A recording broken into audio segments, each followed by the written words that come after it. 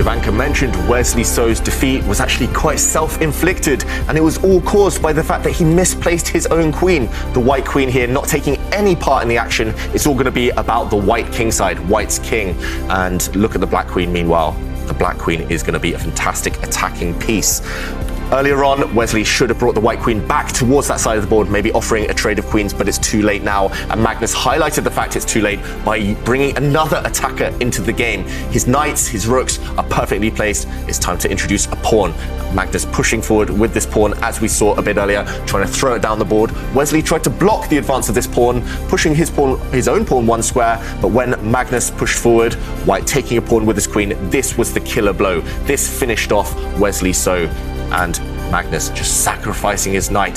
The hidden point behind this is if Wesley So captures this knight with his pawn, Magnus was ready to sacrifice his queen, giving up his queen for a rook, and suddenly the two black rooks on their own trap the white king. The white king unable to find any shelter, no pieces around to defend it. This is a beautiful final checkmate. Wesley, he didn't allow this. Instead of taking with the pawn, he took with the bishop, but this allowed a more mundane way to checkmate.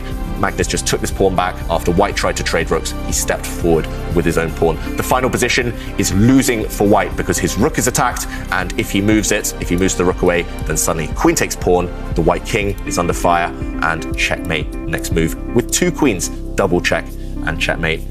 Magnus finishing this one off in style.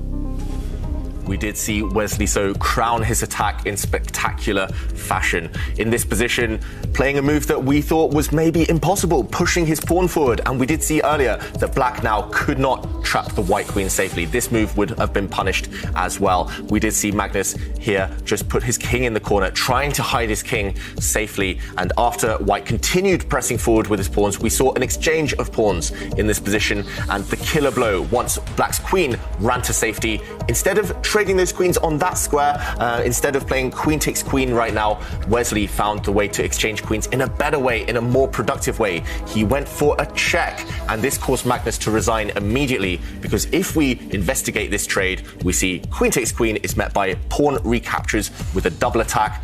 Black has to take this pawn, and suddenly the white rooks, they fulfill their purpose. White would just capture the black rook, the two white rooks defending each other perfectly. Wesley, with this queen exchange, won the game.